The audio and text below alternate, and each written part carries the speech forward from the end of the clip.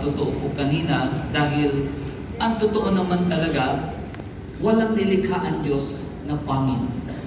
Pangit ang ugali, pangit mag-isip, pangit kumilos. Walang nilikha ang Diyos na masama o evil.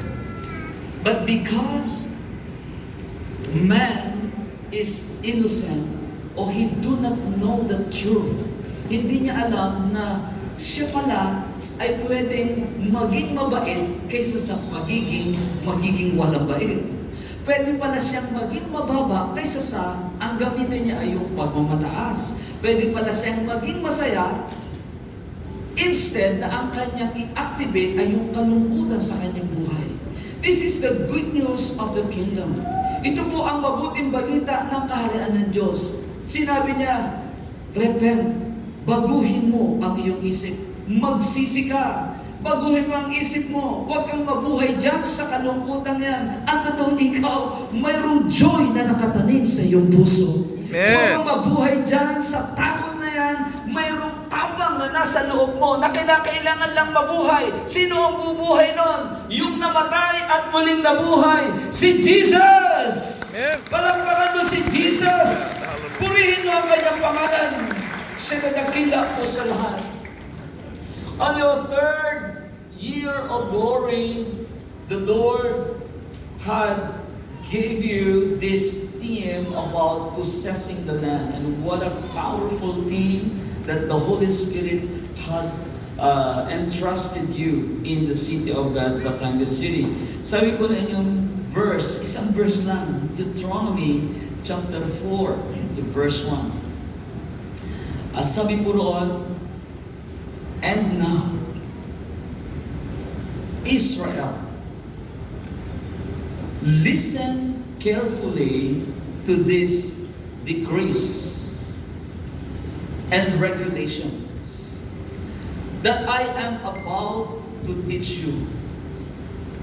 Obey them so that you may live, so you may enter and occupy the land the God of your ancestors is giving you. I keep on asking the Holy Spirit, why of all verses in the scriptures, this particular verse in Deuteronomy chapter 4 verse 1 is the verse that you had chosen as your theme verse. At habang tinitingnan ko po, itong verse ko na ito ay napakaganda. Kasi normally, kapag ka po possessing the land, ang atin po agad makikita at maaalala ay yung si Joshua ay magpasimulang pumasok para sakupin ang lupang pangako. But this possessing the land theme was backed up with this particular verse. So what is in this verse that supports the fulfillment of possessing the land? Naniniwala daw kayo na mayroon nung ibibigay ang Diyos sa inyo na malaking bagay? Amen. Ay taga-rinig kayo'y naniniwala? Ay taga-roon? Ay taga-likuran? Kung naniniwala ka, sabihin mo, I believe.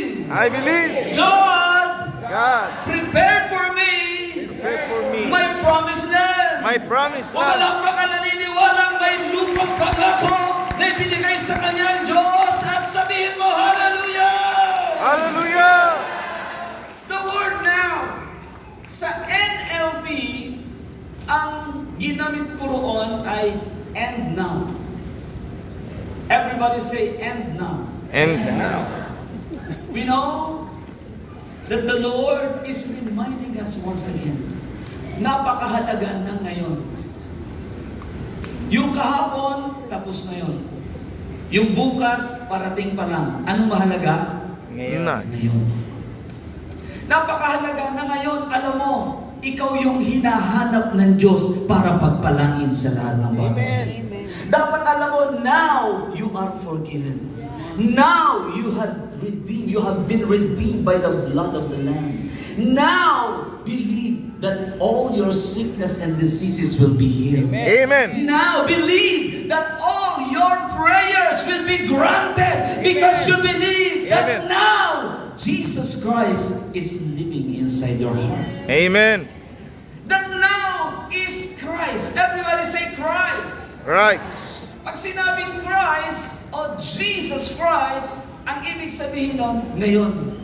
Yung gagawin niya sa iyo ngayon. Yung ibibigay niya sa iyo ngayon. Yung pagagalingin niyang sakit sa iyo ngayon. Yung Amen. sasagutin niyang panalangin sa iyo ngayon. Yung kaligtasan na inihanda niya sa iyo ngayon. Napakahalaga mga kapatid. Ngayong ika-3 taong anniversary of glory ng City of God, ipinapaalala muli sa iyo ng ating Diyos yung iyong mga panalangin.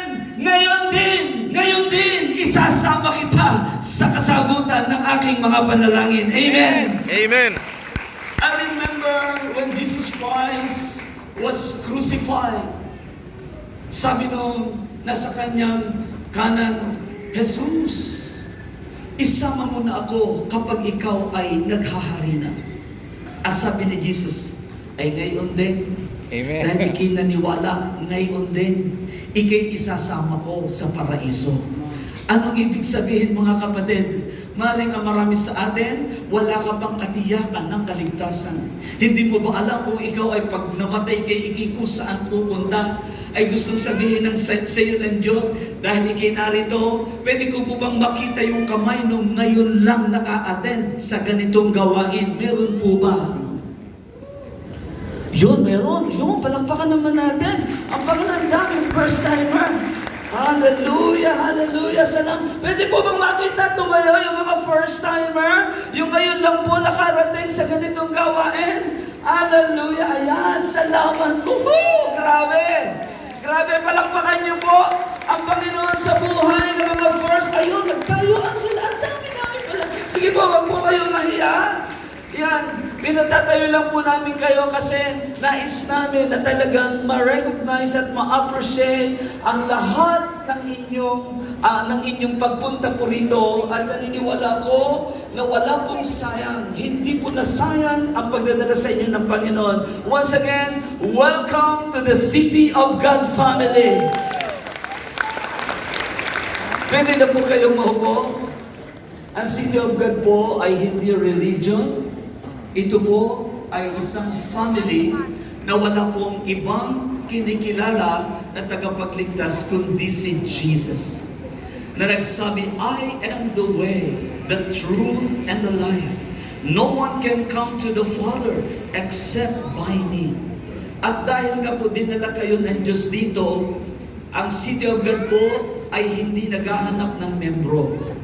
Ang hinahanap po ng City of God ay mga anak. Kung alam mong ikaw ay anak ng Diyos, ikaw ang hinahanap ng Ama sa langit. Amen? Amen.